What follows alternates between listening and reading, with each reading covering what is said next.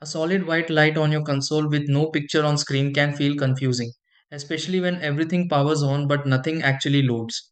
With the PlayStation 5, this usually means the system is on but not fully booting into display mode. This situation can happen due to HDMI signal issues, display mismatch, or a temporary system freeze during startup. Sometimes the console is working, but the TV isn't receiving the signal properly. In other cases, the system may be stuck during boot and needs a restart or reset to continue. It doesn't always point to a major problem. Most of the time, it's a connection or startup issue that can be resolved with a few checks. 1. Turn off the PS5 completely by holding the power button for a few seconds. Disconnect the HDMI cable and reconnect it securely.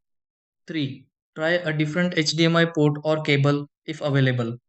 4. Try to power on the PS5 in safe mode. Select Restart PS5 or adjust display settings from safe mode. 6. Restart your TV and make sure the correct input source is selected.